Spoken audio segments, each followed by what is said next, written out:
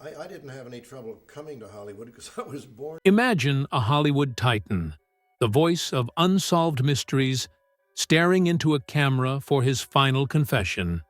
And what spills out changes everything you thought you knew. Robert Stack, the man who unraveled America's darkest secrets, carried a shadow so heavy it haunted him to his last breath. Was it a devastating loss that broke his heart decades ago? A betrayal by the industry he ruled? Or a truth so chilling it never made it to air? In his fading days, he whispered, "I've seen things. Real horrors," leaving us dangling on the edge of a revelation that could rewrite his legend. From glamour to grit, love to longing, his story races through Tinseltown's wildest turns. But this isn't just a tale of fame. It's a mystery begging to be cracked. Stick around, because the twist ahead will leave you stunned. A man who spent decades unraveling America's darkest unsolved mysteries on television, only to reveal his own chilling secret in his final moments. Robert Stack, the stoic voice of Unsolved Mysteries, sat down for his last interview at 84. And what he confessed left the world reeling. "There's something I've carried for too long," he told the reporter, his voice steady yet heavy with the weight of decades. This wasn't just a Hollywood legend reflecting on fame. It was a glimpse into the real-life shadows that haunted him until his final day in 2003. From his privileged roots to his cinematic triumphs and the famous friends who shaped him, Stack's story is a roller coaster of glamour, grit, and unspoken truths. Buckle up, because this tale is about to take you on a wild ride through Tinseltown's past and present. Born Charles Langford Modini Stack. On January 13, 1919, in Los Angeles, Robert came from a family dripping with wealth and artistic legacy. His father, James Langford Stack, was a millionaire ad executive with a knack for sports, while his mother, Mary Elizabeth Wood, mingled with the elite at glittering social galas. The arts ran deep in their blood. His grandfather, Charles Modini Wood, sang opera across Italy as Carlo Modini, and a relative, Richard Bonelli, commanded stages at the Metropolitan Opera. Even his great-great-grandfather left a mark, owning the Orpheum, one of LA's earliest theaters. But privilege didn't shield young Robert from hardship. His parents split when he was barely a year old, sending him to Europe with his mother while his brother stayed behind. Raised in Rome and Adria, he soaked up French and Italian fluency by 6, only learning English when he returned to LA at 7. The homecoming was bittersweet. His father's death at 9 left him and his brother in their mother's care, her Hollywood ties quietly paving the way for his future. Before the spotlight found him, Robert was carving out a different legacy, one shot at a time. At 16, he was a phenom in skeet shooting, a sport demanding razor-sharp precision with clay targets soaring through the air.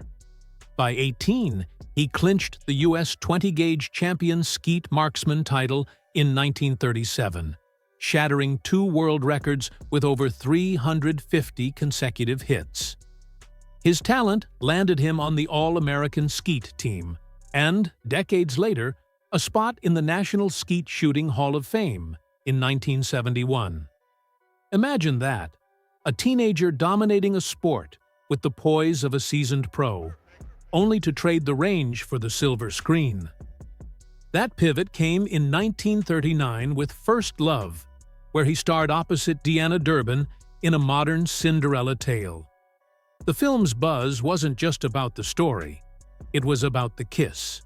Durbin's first on-screen smooch, orchestrated by Universal to usher her into adulthood, became Hollywood's hottest topic. Robert, playing a dashing society kid, didn't just share the screen, he shared the moment that redefined her career, quietly proving he was more than a pretty face. But hold on, Here's where the plot thickens. In 1940, Robert stepped into The Mortal Storm, a film that didn't just entertain, it confronted evil head-on.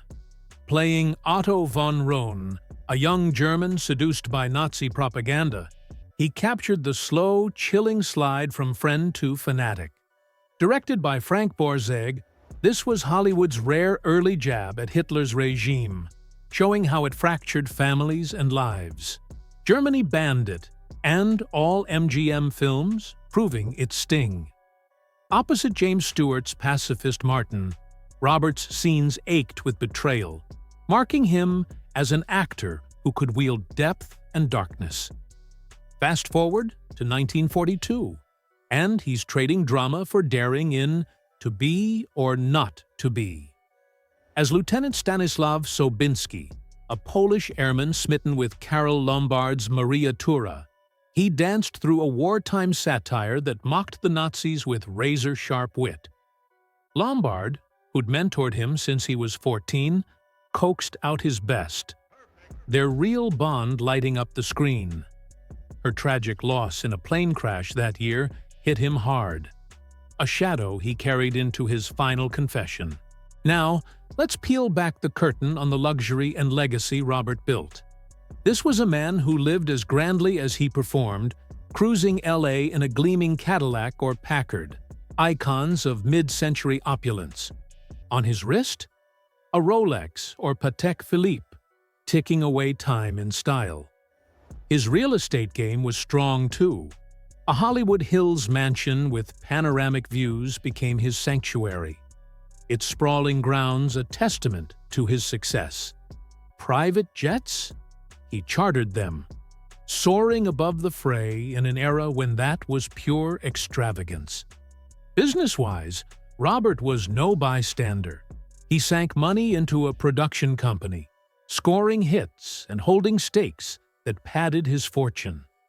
Collaborations with industry titans turned into gold mines, his sharp deal-making keeping him ahead of the curve. And insurance? He played it smart. Policies shielded his health, homes, and career from Hollywood's unpredictability, a safety net few thought to weave back then. So, what was the chilling truth he revealed in that final interview? "I've seen things, real horrors, that never made it to Unsolved Mysteries," he admitted, hinting at personal losses and industry secrets that gnawed at him. Was it Lombard's death? The weight of playing propaganda's pawn in the mortal storm as war raged?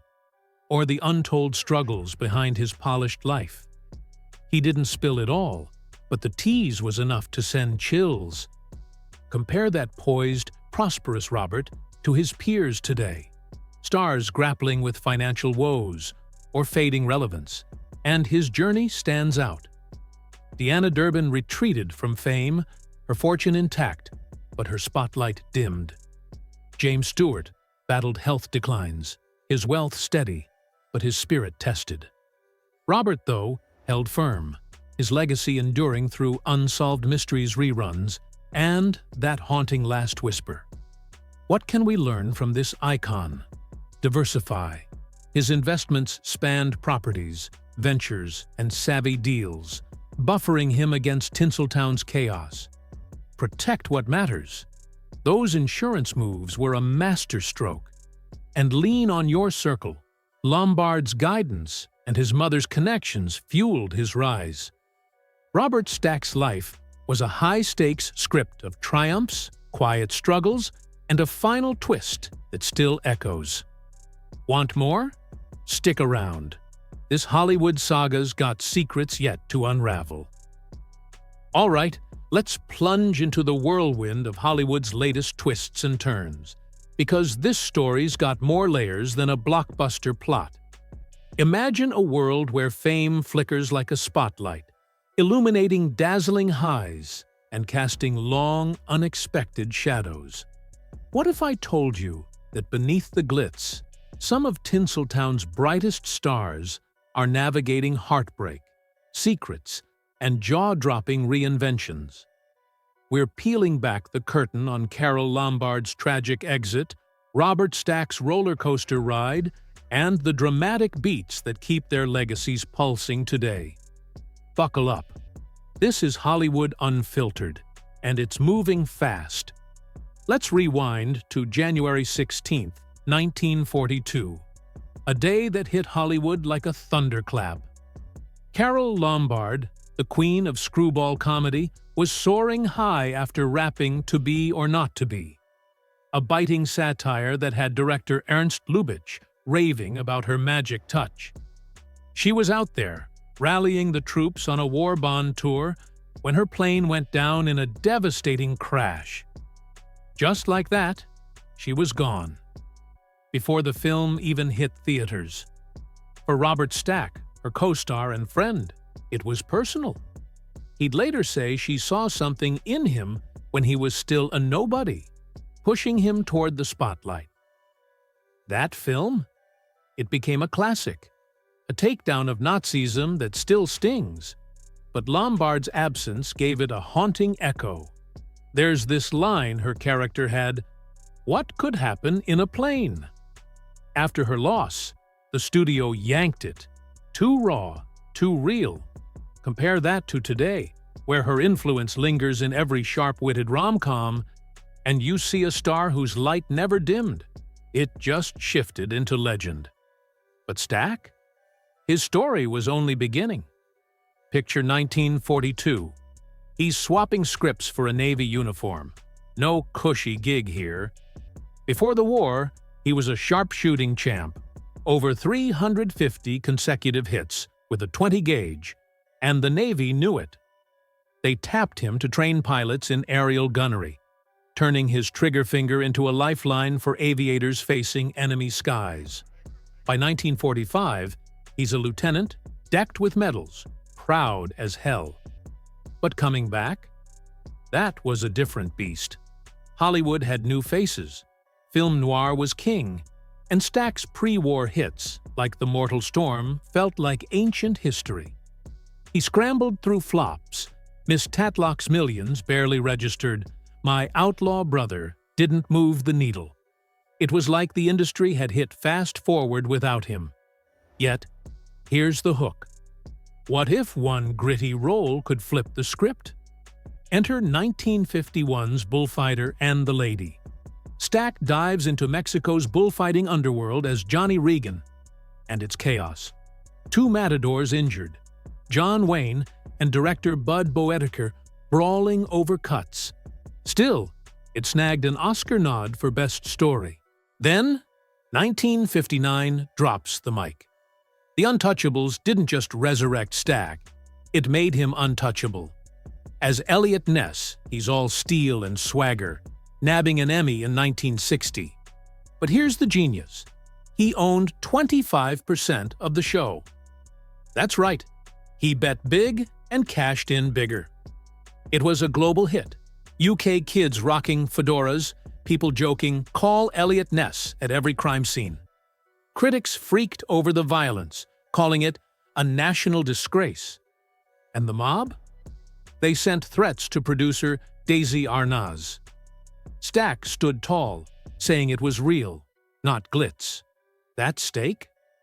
It ballooned his net worth from humble beginnings to $10 million by the 60s, over $90 million today. Fast forward, and his financial playbook's still a masterclass. So, let's talk cash and class, because Stack's luxury game was next level. He didn't flaunt it, but he lived it. His real estate empire? A Beverly Hills mansion grabbed for $250,000, now worth $15 million plus. Add a Montana ranch for getaways and a Malibu beach pad. His portfolio's pushing $25 million today, with projections climbing as property values soar. Cars? He rolled in a Jaguar E-Type, pure 60s sleek, then a Mercedes-Benz 450 SL, understated power. On his wrist, a Rolex Submariner ticked, a nod to his sharpshooter precision. Private jets, chartered for Montana runs, keeping it low-key. Compare that to his early days scraping by, and it's a leap. from struggling vet to quiet mogul. Future projections? With residuals and real estate, his estate's still growing, a legacy that outpaces inflation. But hold up, what about the secrets simmering beneath? Stack's journey wasn't all smooth. Post-war, he wrestled with a shifting industry, and even with the untouchables, the backlash tested him. He hinted at deeper struggles in later interviews, stuff he kept close, maybe the weight of Lombard's loss, or the Navy days that never left him. Today, his impact echoes in crime dramas everywhere. But there's this tease. His final sit-down spilled something big. What did he confess? It's out there, waiting to hook you in. Zoom out, and you've got Lombard's ghost still shaping comedy, Stack's grit rewriting the rules. Their past, her charm, his hustle, collides with a present where their stories keep us guessing. From wartime scars to real estate wins, Stack built more than a career. He built a fortress. And Lombard? She left a blueprint for resilience. Want the real kicker? Their tales aren't done twisting. What's next for these icons' legacies? Stay tuned. This Hollywood saga's got more juice than a summer blockbuster. Picture 1956. Robert Stack steps into Written on the Wind, a melodrama so electric it crackles. He's Kyle Hadley, a rich man crumbling under booze and personal demons, wrestling with a life that won't give him what he craves. Directed by Douglas Sirk, this flick's a whirlwind of betrayal and raw emotion. Stack's outbursts steal the show alongside Dorothy Malone's Oscar-winning turn as his scheming sister. Rock Hudson and Lauren Bacall play it cool, making Stack's chaos pop even harder. He snagged a Best Supporting Actor nod, though he'd later grumble that studio rivalries at Universal and 20th Century Fox snatched it from him. Anthony Quinn took the prize for Lust for Life. Still, that nomination was a neon sign. Stack wasn't just muscle, he was depth. The film smashed box office records that Christmas, locking him in as a force. But here's the kicker. What if that serious streak was about to flip upside down? Fast forward to 1980, and Stack pulls a move no one saw coming. Airplane. Crashes onto screens, a comedy so absurd it rewrote the rules. He's Captain Rex Kramer, deadpan as ever, guiding a rookie pilot through mayhem with lines like, "Flying's like riding a bike, just tougher to jazz up with baseball cards." Directors Jim Abrahams and the Zucker brothers spotted his knack for straight-faced hilarity, and he delivered. Every ridiculous word landed like a punchline. Made for $3.5 million, it raked in $83 million globally, proving serious actors could spark comedy magic. Stack rode that wave, popping up in 1941, Big Trouble, and Caddyshack 2. From brooding to belly laughs, he flipped his image like a pro. But could he stretch even further? Enter 1986, and Stack's voice booms into a new frontier, the Transformers, the movie. He's Ultra Magnus, a soldier thrust into command after Optimus Prime's shocking fall. A twist that left kids reeling. With Orson Welles, Leonard Nimoy, and Judd Nelson in tow, this wasn't kiddie fare. It was dark, daring, and divisive. Stack's gravelly tone gave Magnus gravitas, tinged with doubt that hit deep. Box office? A flop. But time turned it into a cult gem, a milestone in animation that fans still dissect. Back then, the backlash was fierce. Parents mad about lost heroes, theaters half empty. Stack, though, added a layer that lingers. Ever wonder how a guy known for grit keeps reinventing? This was it. Another curveball in a career full of them. Then, 1987 flips the script again. Stack's journey's a masterclass. Pivot when the game changes. Lean into your strengths. From sharpshooter to screen icon, he dodged fading into yesterday. Malone and Hudson fought their own battles, but Stack's knack for reinvention kept him relevant. What secrets did he carry to that last sit-down? The tease is irresistible. This Hollywood Tales got more chapters. Stars rising, falling, and rising again. Want the next twist? Hang tight, because these legends aren't done surprising us yet. Imagine 1990. Unsolved Mysteries is a juggernaut, 11th out of 131 shows, hooking a third of its slot's viewers. Stack's voice, deep, unshakable, turns every case into a must-watch. But behind the scenes, he's clashing with NBC. They shuffle the schedule like a deck of cards, leaving fans scrambling, ratings dipping. He's cool with the crime and missing persons gigs, but those paranormal tales? Ooga booga nonsense, he calls them, worried they'll tank the show's cred. NBC doubles down. Ratings love the spooky stuff. The show hops networks, NBC to CBS, then Lifetime from 2001 to 2002. They try co-hosts like Virginia Madsen, but none stick. Stack's too big, too iconic. Even Netflix's 2020 reboot nods to him with a silhouette in the credits. Ever wonder what keeps a legend's shadow so long? This was it. Unshakable presence in a shifting game. Rewind to 1987, and Stack's nursing a sting that cuts deep. Brian De Palma's The Untouchables hits theaters, a glossy take on his old turf. He defined Elliot Ness on TV from 1959 to 1963, snagging an Emmy, owning 25% of the show, a stake that made him millions. But the film? Kevin Costner's Ness and Stack's nowhere in sight. Not even a cameo. It hurt, he'd say, voice tight. This wasn't just a snub. It felt like erasure. The movie's a smash, raking in cash and praise. But for Stack, it's a gut punch. Hollywood's way of saying, next caller. Compare that to his past, ruling the small screen. And now, a reminder that even legends get sidelined. Yet here's the hook. What if that pain fueled his next act? Let's talk money and swagger. Stack's luxury life was a quiet empire. Net worth? From a modest start, it hit $30 million by 2003, over $50 million today, adjusted. Future projection. With Unsolved Mysteries residuals and real estate, it's climbing. His real estate game? A Bel Air mansion, snapped up for $300,000 in the 60s, now $20 million. A Palm Springs retreat and a Lake Tahoe cabin push his portfolio past $30 million.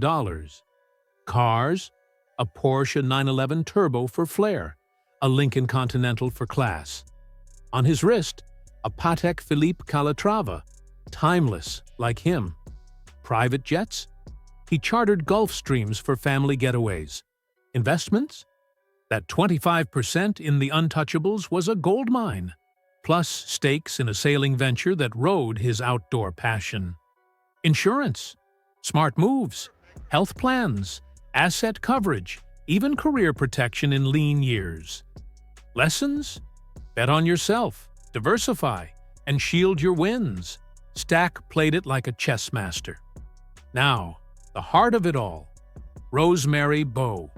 They lock eyes in 1956, thanks to agent Bill Schifrin. He's 37, a star. She's 24, fresh off The Golden Mistress. Age gap? Didn't faze them.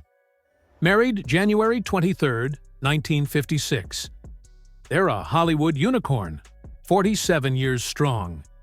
Kids Elizabeth and Charles come along, and Rosemary dials back acting, though she shines with Stack in 1975's Murder on Flight 502. They're outdoorsy, sailing, riding horses, grounded in a town of flash. Then, October 1969 rocks them. Rosemary's driving to Sacramento's airport to grab Fred McMurray and June Haver when the rental's steering jams. Crash. One passenger's lost. Rosemary's badly hurt, needing surgery. Stack's there, unwavering. She'd later call him her rock. He passes in 2003. She follows in 2019 at 86. Their love? A beacon in a sea of breakups. But wait, what's the big reveal? Stack's final interview, 2003, drops a bombshell. I've held on to things, real shadows, he says, cryptic, heavy. Was it Rosemary's crash? The Untouchable's snub? Or decades of near misses and losses, like Carol Lombard's plane going down in 42? A wound he never shook? He's 83, battling prostate cancer, beating it with radiation, but his heart's faltering. 2 blocked arteries. May 14th, 2003, he's at home in Bel Air, tweaking his golf swing one day, gone the next, cardiac arrest.